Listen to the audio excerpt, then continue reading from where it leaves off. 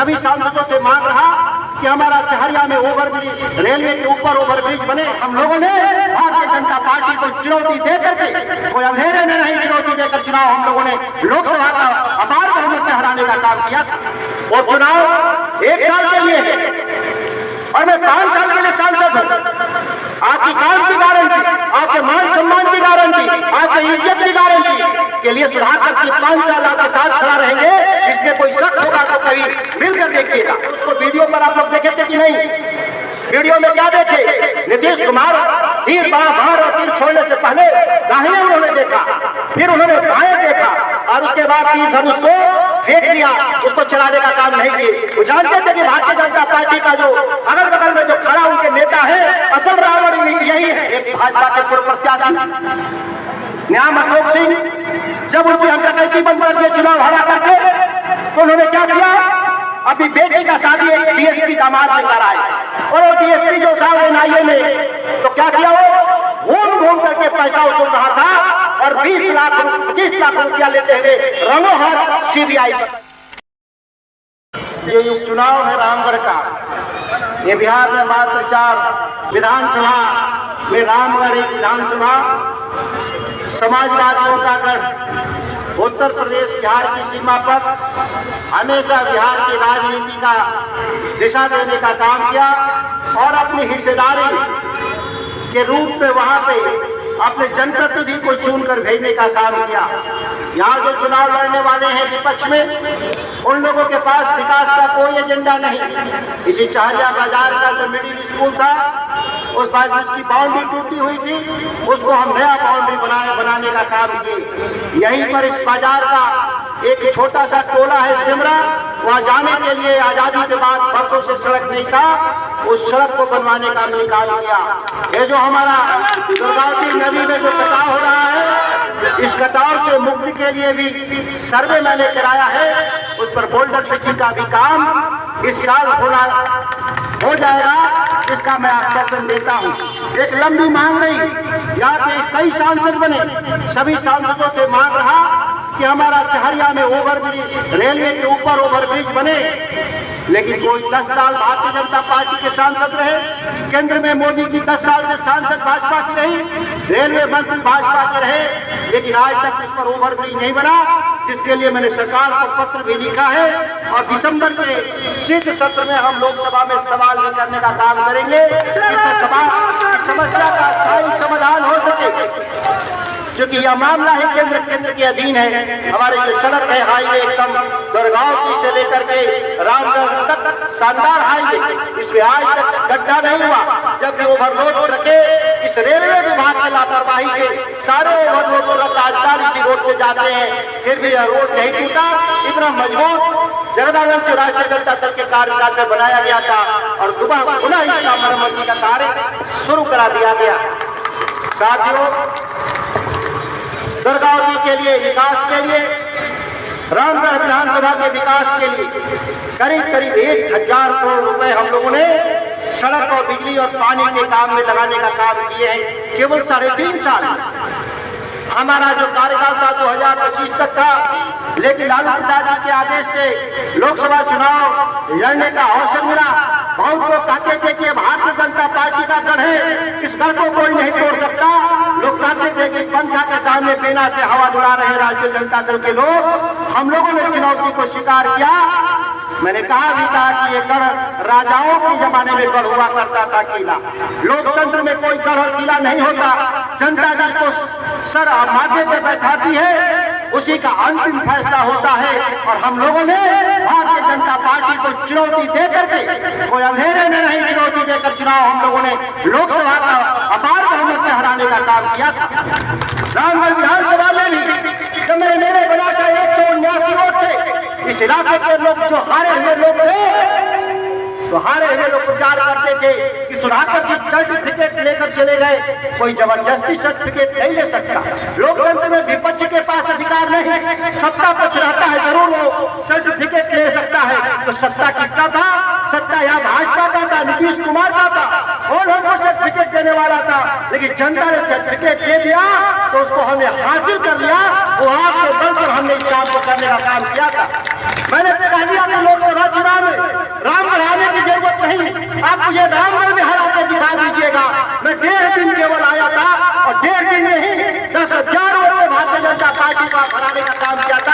याद की ताकत। आपका जो अपमानित करने का काम, याद करने का काम, जनता को करने का काम, जो अपमानित करने का काम भारतीय जनता पार्टी और बहुजन समाज पार्टी ने कहा किया था, उसका आपने जोरदार जवाब देने का काम किया। और चुनाव 1 साल के लिए है और मैं 5 साल के लिए सांसद हूं। आपकी काम की गारंटी, आपके मान सम्मान की गारंटी, आपके इज्जत की गारंटी के लिए सुधाकर के 5 साल आपके साथ खड़ा रहेंगे। इसमें कोई शक होगा तो कभी मिलकर देखिएगा। हम कर लड़ने वाले लोग हैं, आपसे आंख मिलाकर लड़ने वाले लोग हैं, सत्ता प्रतिष्ठानों को चुनौती देकर के हम लोग लड़ने वाले लोग हैं। अगर लगा कि गलत हो रहा है बिहार में तो नीतीश कुमार को भी मैंने चुनौती दिया था। दिल्ली के भीतर भी आप देखेंगे 5 साल पार्लियामेंट मेरे आवाज से गूंजता रहेगा। देश के किसानों के लिए, गरीबों के लिए, मजदूरों के लिए हम लोग पीछे हटने वाले लोग नहीं, हम लोग करने वाले लोग हैं। और बिहार में तेजस्वी यादव जी के नेतृत्व में जो हम सरकार चलाए थे, वो आज के पक्ष में फैसला भी हम करने का काम किए थे। लेकिन फैसला नीतीश कुमार को नहीं बचा। 17 महीने में सरकार से हम लोग को बाहर करना पड़ा। आने वाले समय में नौजवान इस बात को याद कर लें, जब हम 17 महीने में 5 लाख पक्की सरकार की नौकरी दिए तो हम 5 साल रहते तो कितना नौकरी दिए होते, इसका आप अंदाजा लगा लीजिए। हम सरकार बनाएंगे 25 में, बिहार में कोई ताकत नहीं रोक सकता, इंडिया गठबंधन को कोई नहीं रोक सकता। मुकेश सहनी, राहुल गांधी, दीपांकर भट्टाचार्य और तेजस्वी यादव मिलकर के हम लोग सरकार बनाएंगे और 10 लाख पक्की सरकारी नौकरी देने का पार्टी वचन देती है और इसको हम लोग पूरा करके दिखाने का काम करेंगे। किसानों की आमदनी दोगुना हो, यह नारा देश के प्रधानमंत्री ने दिया था, लेकिन किसानों की आमदनी कहां बढ़ी? किसानों की माली हालत खराब होती गई क्योंकि बिहार में नीतीश कुमार ने मंडी कानून को खत्म कर दिया था। इस मंडी कानून की बहाली के लिए हम लोग का संघर्ष अब भी जारी है और जो भी सरकार बनाएंगे इस काम को पूरा करने का काम करेंगे। नौजवान साथियों, नीतीश कुमार के राज की व्याख्या करना बंद कर दिए हैं, लेकिन इतनी गलतियां करते हैं, उनके पास इतने घोषित किसान विरोधी एजेंडा है। हर रोज नया कोई काम आपके खिलाफ घटना कर देते हैं। जिस बात की चर्चा हम करना चाहते हैं, 2 बात ज्यादा नहीं करेंगे। गांव में पुराने मीटर को हटा करके प्रीपेड स्मार्ट मीटर लगाने का षड्यंत्र नीतीश कुमार ने किया और जहां जहां मीटर लगा किसानों का बिजली का बिल 1.5 गुना और 2 गुना आना शुरू हो गया। हम धान की खेत और गेहूं की खेती करने वाले लोग हैं। साल भर में 2 बार अनाज पैदा करते हैं, 2 बार बेचते हैं और अपना उधार चुकाते हैं। वो बाजार का उधार हो या कोई भी बिजली बिल हो या टेलीफोन बिल हो, लेकिन ये तो पहले ही देना पड़ेगा। रात को 12 बजे अंधेरे में लाइट कट जाएगा, बिजली बिल खत्म हो जाएगा, बिजली के पैसे खत्म हो जाएंगे, रात को 12 बजे अंधेरे में आप डूब जाइएगा। ऐसा षड्यंत्र नीतीश कुमार ने किया। राष्ट्रीय जनता दल ने पूरे बिहार में चौक चौराहों पर धरना प्रदर्शन करके नीतीश कुमार को, सरकार को पीछे हटने के लिए हमने मजबूर कर दिया। ये आपकी ताकत, ये दूसरे की ताकत नहीं थी। बरसों से हम इस जमीन पर बसे हुए हमारे गरीब लोग और किसान जो खेत जोतने वाले लोग हैं, आज सरकार कह रही है सर्वे के नाम पर कि मुझे कागज दिखाओ। भाई कागज तो सरकार ही देती है, तो सरकार कागज क्यों मांग रही है हमसे? ये हम लोग को समझ के बाहर है। और जब सरकार के पास कागज हम मांगने जाते हैं तो सरकार कहती है कि मेरे रजिस्टर फट गए हैं और कागज गायब है, पैसा लगेगा, 5,000 दीजिएगा तो कागज मिलेगा, 10,000 दीजिएगा तो कागज मिलेगा। जिस सरकार निकम्मे भ्रष्टाचार से और भारतीय जनता पार्टी का प्रदेश अध्यक्ष राजस्व मंत्री दिलीप जायसवाल इसी विभाग का मंत्री भी है, जिसे परिमार्जन नहीं हुआ, जैसे किसानों का जमीन जिसको कहते हैं खतियान नहीं बना, वो सर्वे क्या करेंगे? केवल एक षड्यंत्र है इस देश में कि कैसे अदान किसानों से जमीन खरीद, किसानों के जमीन को कब्जा करके अडानी अंबानी को दे दिया जाए, इसके लिए षड्यंत्र रचा गया। और सर्वे के जरिए जिस जमीन का कागज आपके पास नहीं होगा, उस जमीन को बिहार सरकार घोषित कर करके अडानी अंबानी को देने के लिए षड्यंत्र हुआ है। इसका मुख्य उद्देश्य, जिसका राष्ट्रीय जनता दल और इंडिया गठबंधन विरोध किया हर चौक चौराहे पर, और इस विरोध के चलते 6 महीना आपको मोहल्लत मिला। 6 महीना बाद ये मानेंगे नहीं, क्योंकि जमीन लूटना है इनको और रोज आपसे अंचल कार्यालय में रोज आपसे पैसे वसूले जा रहे हैं। लेकिन कहां सरकार में बैठे हुए नीतीश कुमार को कहीं चिंता है कि किसानों के साथ नाइंसाफी हो रहा है? दशहरा का शुभ अवसर पे रावण वध का चलन है। पटना गांधी मैदान में नीतीश कुमार गए थे और जब नीतीश कुमार गए, जब रावण वध के लिए धनिक और बाण उठाना पड़ा तो उसको वीडियो पर आप लोग देखे थे कि नहीं?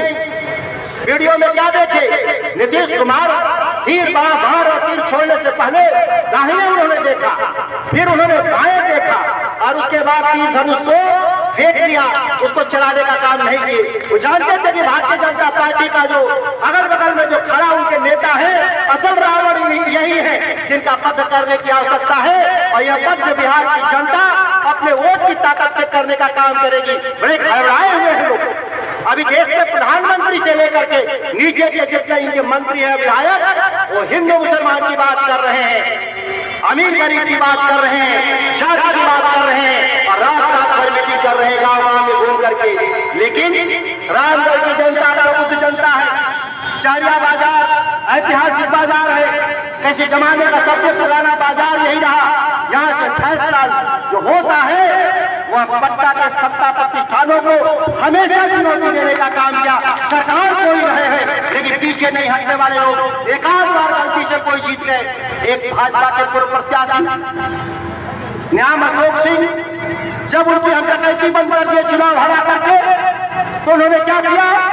अपनी बेटी का शादी एक डीएसपी दामाद लेकर आए और वो डीएसपी जो था वो एनआईए में, तो क्या किया? वो घूम घूम करके पैसा वसूल रहा था और 25 लाख रुपया लेते हुए रंगों हाथ सीबीआई पकड़ लिया। अब नेताजी कह रहे हैं कि भ्रष्टाचार का आरोप साबित हो जाएगा तो इस्तीफा दे देंगे। अब कैसे साबित होगा? आपका दो भतीजा जेल में है, साथ में दामाद जेल में है और फिर भी कह रहे साबित होगा। तो ऐसे बेईमान लोगों को वोट की चोट से याद दिलाया जाता है कि आप भ्रष्ट हैं तो भ्रष्ट आप हैं। और उनके साथ एक मंत्री भी घूमता है, मोहनिया से विधान परिषद का सदस्य है, संतोष जी नाम है, भाषण देते हैं घूम कर। बालू के माफिया है।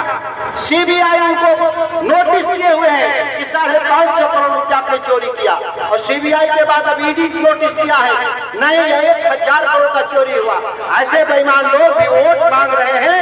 रामगढ़ के इलाके में ऐसे बेईमानों को भी खदेड़ने की जरूरत है। मोहनिया विधानसभा के रहने वाले, वहां पे भाजपा कितने हजार वोट से हारी? 22,000 वोट से हारी। इस तरह का क्षेत्र है और अपने बूथ पर मंत्री कितने वोट से हारे? 800 वोट से हारे। बगनी जाने की जरूरत नहीं है, चले जाइएगा तो कमर में दर्द हो जाएगा। रोड नहीं है, गांव में जाने का रोड नहीं है और भाषण विकास पर कर रहे हैं। इस तरह के लोग जो भीड़ घूम रहे हैं, झुंड का झुंड एमएलए घूम रहे हैं। मंत्री, केंद्रीय मंत्री गांव के वार्ड स्तर के यहाँ चाय पी रहे केंद्रीय मंत्री।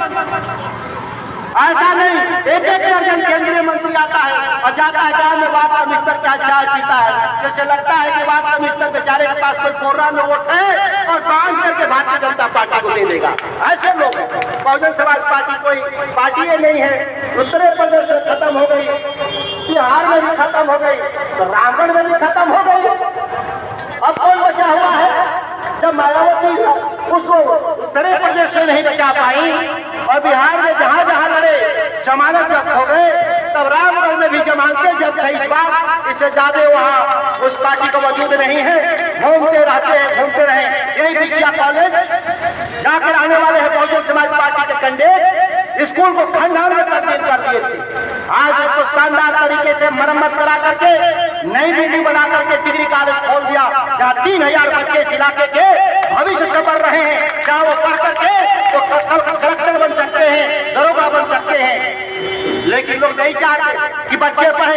बच्चे जब पढ़ेंगे ही नहीं तो सरकारी नौकरी में हिस्सेदारी आपकी बनती नहीं। आपका आरक्षण का फायदा तभी मिलेगा जब आप पढ़ेंगे और पढ़ने के लिए आपको कॉलेज स्कूल होना चाहिए। और जहाँ कॉलेज स्कूल तोड़ने वाले और कॉलेज स्कूल बनाने वालों के बीच में जंग है, इस जंग में आपको फैसला लेना है कि किसके साथ आप खड़ा होना चाहते हैं। आप आने वाली पीढ़ियों को पढ़ाना चाहते हैं, आने वाली पीढ़ियों को रोजगार देना चाहते हैं, आने वाली पीढ़ियों को आप किसानी के क्षेत्र में मदद करना चाहते हैं, तो लालटेन छापर मोहर लगाकर भाई अजीत को भारी बहुमत से चुनाव जिताने का काम करेंगे और इंडिया गठबंधन के हाथ को मजबूत करने का काम करेंगे।